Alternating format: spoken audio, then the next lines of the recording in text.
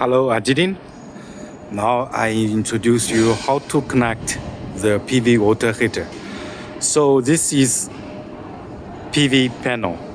For 300 liter, you need 6 pieces. To connect this red and black for PV panel, okay? PV panel. And this one is AC.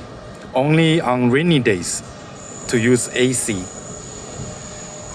And this one is to connect the electric heater. It's here. And this is sensor for temperature. See? Okay, let's make a sum. AC, number 1. DC, number 2. Electric heater, number 3. Temperature sensor, number 4. Total 4 connections with controller, water tank, PV panels. Thank you.